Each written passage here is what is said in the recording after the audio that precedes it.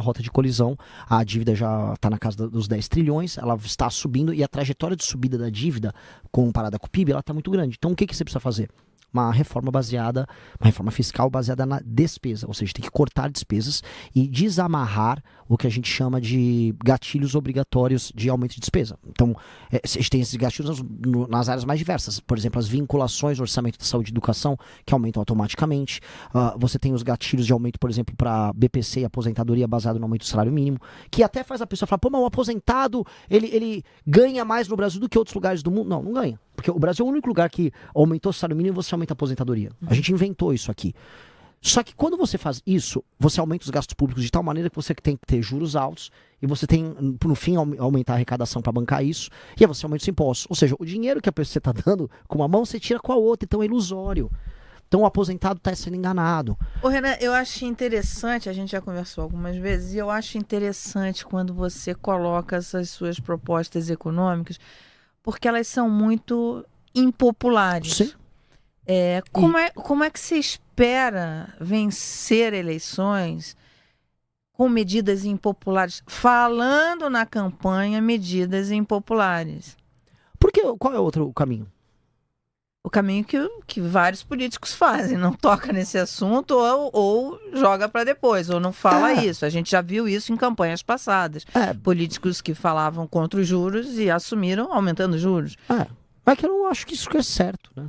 Eu posso estar sendo meio poliana, meio iludido, mas eu vou mentir. Eu prefiro ser altamente verdadeiro no que eu tô falando. E eu não acho que eu vou perder votos avisando as pessoas, vai precisar fazer isso, só que vai ser melhor.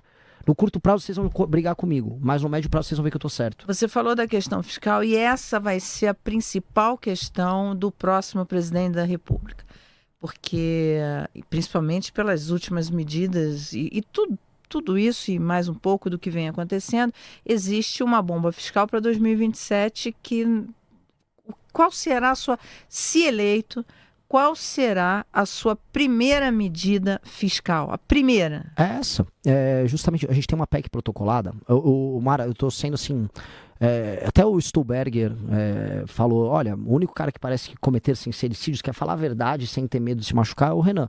E eu vou continuar. Então, assim, eu vou ser bem sério. Eu já tenho uma PEC protocolada, o Kim já protocolou a PEC, que é uma PEC do equilíbrio fiscal que economiza 3,3 trilhões em 10 anos. Ela já tá lá no Congresso. Eu só vou vencer as eleições.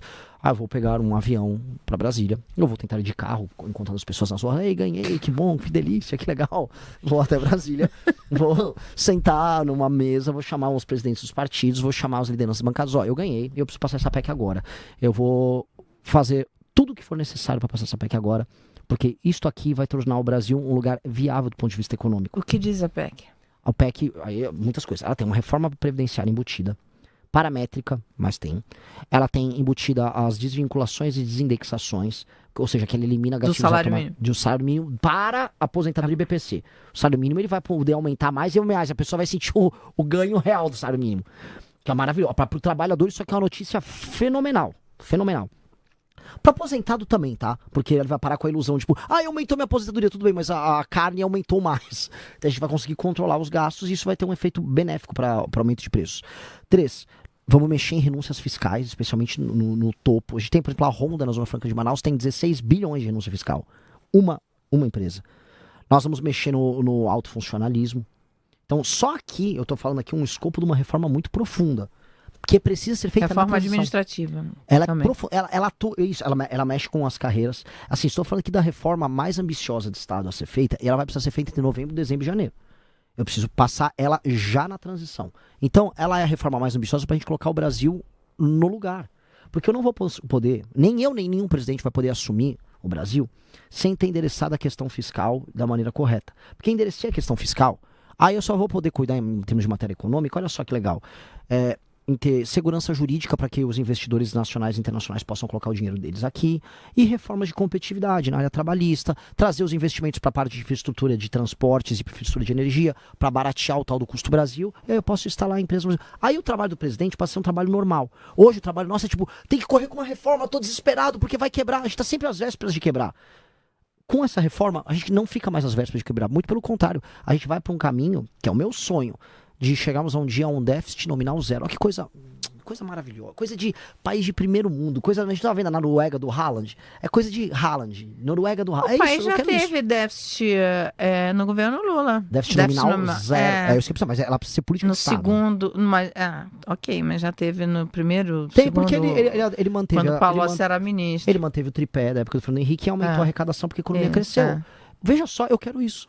Só que entendendo assim, que os gatilhos automáticos daquela época não forçavam tanto, porque a população era mais nova, não tinha tanta gente aposentada, o PT não tinha estourado as contas públicas aumentando os gastos como ele aumentou. Era um começo de governo Lula. Então você quer ser o governo Lula do começo? Não, eu quero ser o governo Renan, que vai pegar todas as tralhas do governo Lula e vai ter que corrigir, porque ele pegou um governo Fernando Henrique antes, né? Aí ele pegou a babinha do boi, né? Ele pegou um governo que ficou fazendo ajuste por 8 anos... E aí ele só cuidou de pegar um boom das commodities lá da China, políticas de estímulos econômicos, aumentou a arrecadação. Legal. Aí ele fez toda a caca. Eu tô pegando a caca. Legal, vamos girar algumas perguntas dos nossos internautas. Tem bastante pergunta. Tem do Pedro aqui, ele queria saber a proposta do Renan para a reforma tributária. Você vai manter do jeito que tá? Ele pergunta. Aí ele fala do CBS, do IBS, do IVA, imposto do pecado. Fala pra nós aí, Renan. Bom, vamos começar pelo imposto de pecado. Eu acho absurdo o imposto de pecado em vários setores. Pra começar, a ideia da gente não poder ter... Eu gravei agora lá no Sul, conversei com o pessoal da indústria vinícola. O Brasil, que tem todo o potencial de ser exportador de vinho e também de consumir vinho brasileiro de qualidade aqui. O vinho da Serra Gaúcha, o vinho da Serra Catarinense são ótimos. São Paulo tá produzindo vinho bom. Só que o custo Brasil e essa tributação imbecil faz o que produtos finos com valor agregado não consigam se estabelecer aqui. Isso é uma loucura. Então, o imposto do pecado, em muitas áreas, tem que simplesmente desaparecer. Segunda coisa, eu gosto do modelo da reforma que foi feita. A reforma que foi feita não é ruim. O problema é que ela teve tantas exceções e tantas distorções que ela volta a ficar complexa e que ela ficou com uma alíquota muito alta. A alíquota geral tá alta. Só que eu tenho que avisar para todo mundo que está nos ouvindo. Meus amigos, a alíquota geral tá alta também porque os gastos do governo federal e dos governos estaduais são desumanos e irracionais. Eu vou precisar cortar gastos, que aí eu posso... E essa alteração que eu quero fazer, eu quero vincular gatilhos para a queda dessa alíquota. A alíquota tá absurda. As pessoas têm que pagar menos impostos aqui. Vai ser assustador. Outra coisa que tem é essa coisa de você destacar o pagamento já na nota, tão logo você emita a nota. Isso vai quebrar o fluxo de caixa das empresas. Nós temos que ser amigos. Eu acho que tem que ter, tá, um regime quase de recuperação das empresas brasileiras, em que o pagamento do IVA, vamos botar assim, ele será feito no regime de caixa e não no regime de competência. Regime de competência, assim, emitir a nota, pago agora. Se a nota fiscal é de 100 mil reais e eu vou ter que pagar 20 e tantos mil reais de imposto, hoje, nesse regime, você vai ter que destacar os 28 mil pagado uma vez. Pô, mas e o fluxo da empresa? E se a empresa está recebendo em 30, 60, 90? Ora, então vamos pagar o Estado em 30, 60, 90. Temos que... Porque senão não é um relato... Olha, isso. O que isso faria para uma empresa? Quando eu fui empresário, o que eu sonhava... Por que não me cobra no regime de caixa?